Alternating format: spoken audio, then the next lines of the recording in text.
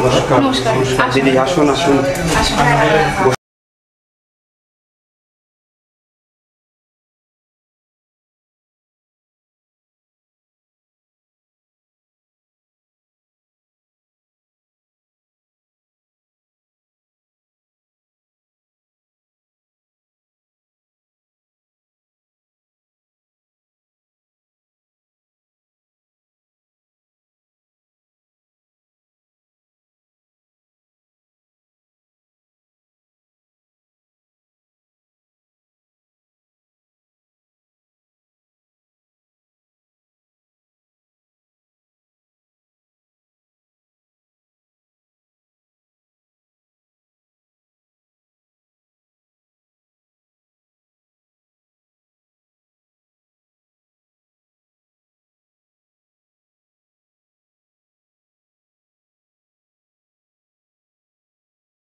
দিদি মমিতাকে দেখছি না, ওকে নিয়ে আসুন। হ্যাঁ দিদি, আসছে দিদি আসছে। আজকে ওরা দু বোন পুজো দিয়েছে, ওখানেও ঝগড়া। ওরা দু বোন যেখানে যায় ওখানেই ঝগড়া, কিন্তু আবার দু বোনের বন্ডিংটা ভালো।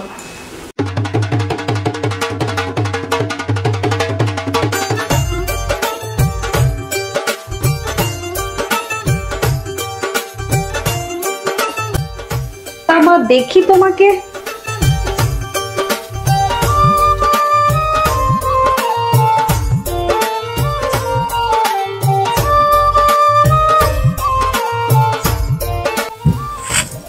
দিদি এটা হচ্ছে আমার ছোট মেয়ে, এবার এসএসসি দেবে আর কি। তা মা তোমার নাম কি? শ্রাবন্তী। কিসে পড়ছো এখন? ক্লাস 10।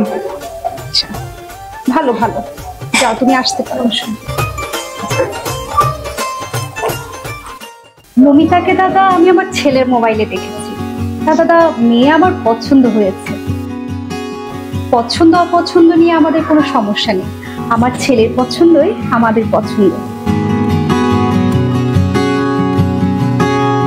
দাদা বুঝতেই তো পারছেন আমার একটা মাত্র ছেলে, ওর জন্য একটা মেয়ে দেখে রেখেছিলাম, আমাদেরই পছন্দেরই মেয়ে। মেয়ে ব্রাহ্মণ, আবার ডাক্তারও বটে দাদা। দাদা সামনের মাসে আমার ছেলের ব্যাংকে একটা চাকরি হওয়ার কথা চলছে। তুমি কিছু বলছো না কেন? না না না, ওর তো আগামী মাসেই জয়েনিং লেটার চলে আসবে দাদা। ছেলে আমার কিন্তু খুব ডিসেন্ট ছেলে। সে যখন আপনাদের মেয়ের কথা বললো দাদা, তখন আসলে না আমি মেনে নিতে পারিনি। আমরা ব্রাহ্মণ পরিবারের তো দাদা, আর আপনারা তো কায়স্থ সম্প্রদায়ের। আমরা তো সবই জানি, আসলে পছন্দ অপছন্দ তো জাতপাত দিয়ে হয় না দিদি। ছেলে মেয়ে ওরা দুজন দুজনকে পছন্দ করে, আমরা মেয়ের মা বাবা হিসেবে যতটুকু পারি ততটুকু চেষ্টা করব। বলুন দিদি, আপনাদের কি চাওয়া পাওয়া? দাদা তো তেমন কিছু না দাদা, এই যে আমাদের 1000 বরযাত্রী হবে, আর মেয়েকে 5 ভরি স্বর্ণ দিবেন, আর আমার ছেলে আর ছেলের বউয়ের রুমটা একটু সাজিয়ে দিবেন দাদা।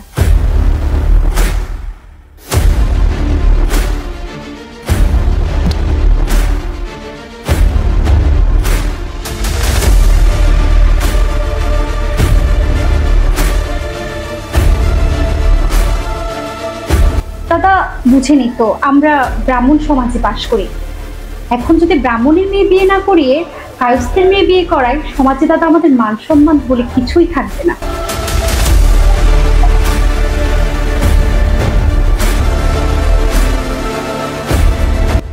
তা অন্তত দাদা আমাদের চাওয়া পাওয়াগুলো যদি পূরণ করে দিতেন, তাহলে সমাজের মানুষকে বলতে পারতাম আমার বেয়াই মেয়েকে সবকিছু দিয়ে পাঠিয়েছে দাদা।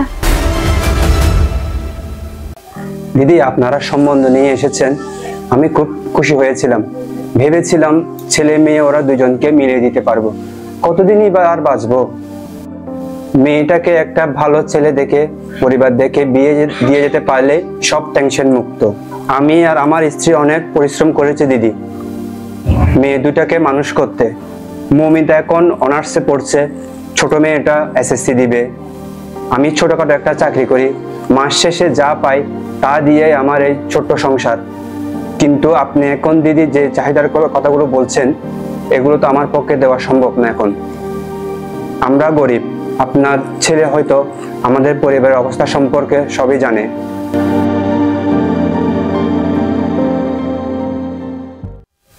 তোমার পানটা বের করো তো। দিচ্ছি গিন্নি, দিচ্ছি।